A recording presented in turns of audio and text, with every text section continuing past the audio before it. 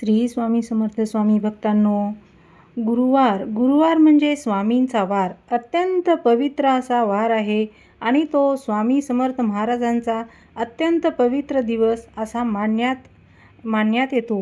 तर अनेक स्वामी भक्तांच्या अनुभवानुसार गुरुवारपासून सुरू केलेली सेवा आणि श्रद्धा, भक्तीने केलेली साधना जीवनातील दुःख, अडचणी आणि जो आपल्याला मानसिक ताण झालेला असतो त्याला हलके करण्यास मदत करते. म्हणजे गुरुवारची सेवा, गुरुवारचा दिवस हा अत्यंत पवित्र आहे.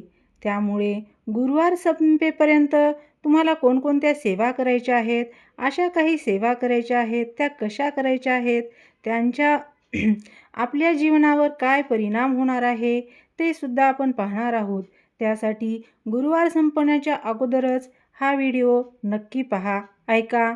आवडला तर लाईक करा, शेअर करा आणि सबस्क्राईब करायला विसरू नका. सकाळची स्वच्छता आणि दीपसेवा करायची आहे. गुरुवारच्या दिवशी पहाटे लवकर उठायचे आहे. घराची आणि विशेषतः देवघराची स्वच्छता करायची आहे. स्वच्छता ही केवळ बाहेरची नसून मनाचीही असावी लागते. स्वामींच्या फोटोसमोर किंवा मूर्तीसमोर तुपाचा किंवा तेलाचा आपल्याला दिवा लावायचा आहे. दिवा लावताना मनात एकच भावना ठेवायची आहे की स्वामी, माझ्या आयुष्यातील अंधार दूर करा. दीपसेवा का महत्त्वाची आहे, दिवा लावणे इतके का महत्त्वाचे आहे, तर आता मी सांगणार आहे. दिवा म्हणजे प्रकाश आणि प्रकाश म्हणजे आशा.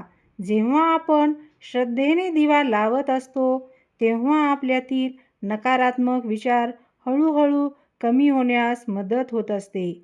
मानसिक शांती मिळत असते. दुःखाचे ओझे हलके वाटायला सुरुवात होते.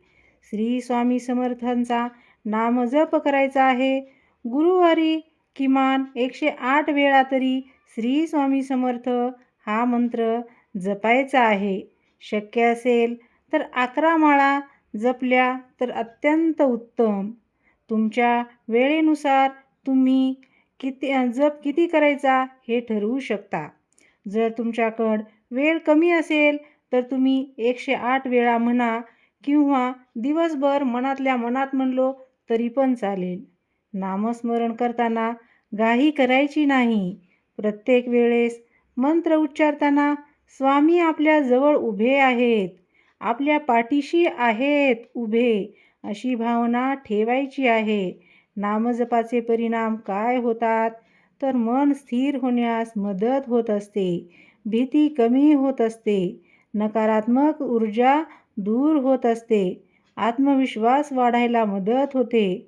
जेव्हा मन शांत होत असते तेव्हा समस्या तशाच असल्या तरी त्यांचा त्रास कमी होण्यास मदत होते. म्हणून नामजप ही सर्वात सोपी आणि प्रभावी सेवा स्वामी समर्थांची आहे. त्यामुळे गुरुवारी केल्यावर अत्यंत उत्तम आहे. त्यामुळे गुरुवार संपायच्या आत ही सेवा नक्की करा. गुरुवार उपवास किंवा सात्विक आहारच घ्यायचा आहे. जर तुम्हाला उपवास शक्य नसेल तर तुम्ही सात्विक आहारच घ्यायचा आहे, म्हणजे शुद्ध शाकाहारीच घ्यायचा आहे. शक्य असल्यास गुरुवारी उपवास करावा. उपवास करणे म्हणजे केवळ अन्नत्याग करणे नाही, तर वाईट विचारांचा त्याग करणे. कांदा लसूण टाळायचे आहे. साधे सात्विक अन्न घ्यायचे आहे. दिवसभर वादविवाद टाळायचे आहेत. उपवासामुळे शरीर शुद्ध होण्यास मदत होते आणि मनही निर्मळ होते. निर्मळ मनात स्वामींचे आशीर्वाद लवकर उतरत असतात. स्वामींची आरती आणि स्तोत्रपाठन करायचं आहे. सायंकाळी स्वामीची आरती करायची आहे. आरती श्री स्वामी समर्थांची भक्तिभावाने म्हणायची आहे. शक्य असल्यास स्वामींचे स्तोत्र म्हणायचे आहेत. स्वामीचरित्रातील एखादा अध्यायसुद्धा वाचायचा आहे. जेव्हा आपण त्यांच्या आयुष्यातील जीवनातील चमत्कार, कृपा आणि मार्गदर्शन वाचत असतो तेव्हा आपल्यालाही विश्वास पटत असतो. स्वामी माझ्यासाठीही काहीतरी चांगले घडवतील.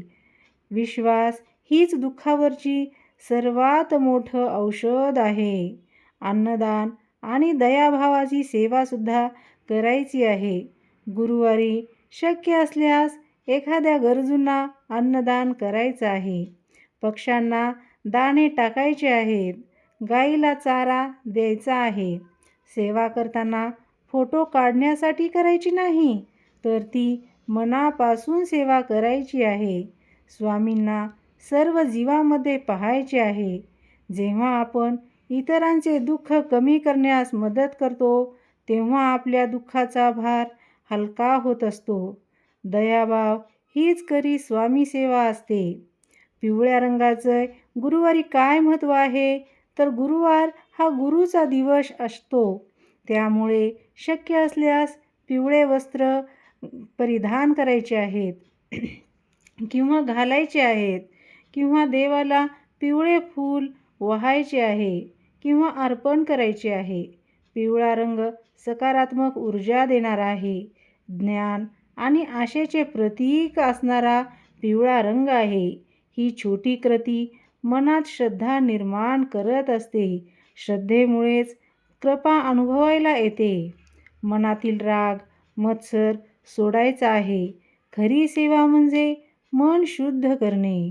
गुरुवारी संध्याकाळी बसून स्वतःला प्रश्न विचारायचा आहे, मी कोणावर राग धरला तर नाही ना?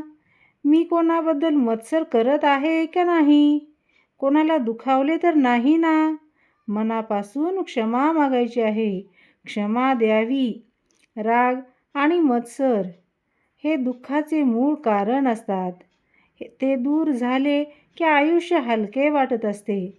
त्यामुळे मनापासून क्षमा मागावी सुद्धा आणि ती द्यावी सुद्धा. स्वामींशी संवाद कशा प्रकारे करायचा आहे? तर रात्री झोपण्यापूर्वी स्वामीसमोर बसून मनातील सर्व दुःख, भीती, चिंता त्यांना सांगायची आहे. जसे आपण आईवडिलांशी कसे बोलतो, तसे स्वामींशी सुद्धा बोलायचे आहे. स्वामी, मला मार्ग दाखवा. माझ्या घरातील अडचणी दूर करा. हा संवाद म्हणजे आपण जेव्हा हे स्वामीला म्हणतो, त्यावेळेस आपणाला एकटेपणा कमी होतो आणि आपलं मनसुद्धा शांत होतं. या सेवेमुळे दुःख कसे कमी होणार आहे? तर मन शांत होणार आहे. त्यामुळे चिंतासुद्धा आपोआपच कमी होत असते. आत्मविश्वाससुद्धा वाढत असतो. त्यामुळे समस्याशी लढण्याची ताकद येत असते. सकारात्मक विचार वाढत असतात. त्यामुळे निर्णय योग्य होत असतात. दयाभाव वाढत असतो. त्यामुळे नातेसंबंधसुद्धा सुधारायला मदत होते. श्रद्धा वाढत असते. त्यामुळे भीती ही नाहीशी होत असते. विशेष गुरुवारी आपल्याला संकल्प करायचा आहे. तो संकल्प काय करायचा आहे? तर याच गुरुवारी एक संकल्प करा.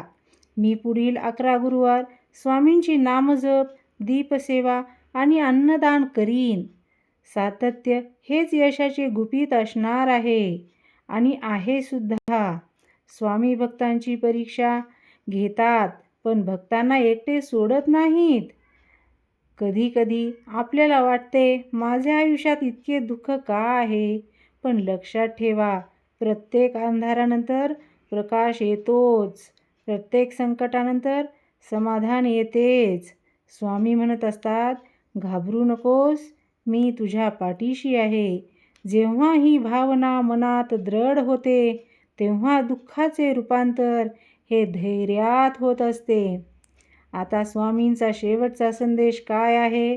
तर गुरुवार संपेपर्यंत जर तुम्ही श्रद्धेने दिवा लावला, मनापासून नामस्मरण केलं, दयाभावाने सेवा केलेली आहे, राग सोडून क्षमा केलेली आहे, तर समजून जा, तुम्ही स्वामींच्या कृपेच्या मार्गावर पाऊले ठेवत आहात. जीवनातील दुःख कमी होण्याची सुरुवात बाहेरून होत नाही आणि करायची सुद्धा नाही, तर ती आतून होत असते. स्वामी सेवा म्हणजे स्वतःच्या मनाचे शुद्धीकरण करणे, म्हणजेच स्वामी सेवा. आजच सुरुवात करा. विश्वास ठेवा, श्रद्धा ठेवा आणि मनापासून म्हणा, श्री स्वामी समर्थ, जय जय स्वामी समर्थ. स्वामी म्हणतात, भिवू नकोस, मी तुझ्या पाठीशी आहे. झालेली सेवा स्वामीचरणी अर्पण. सर्वांना श्री स्वामी समर्थ, जय जय स्वामी समर्थ.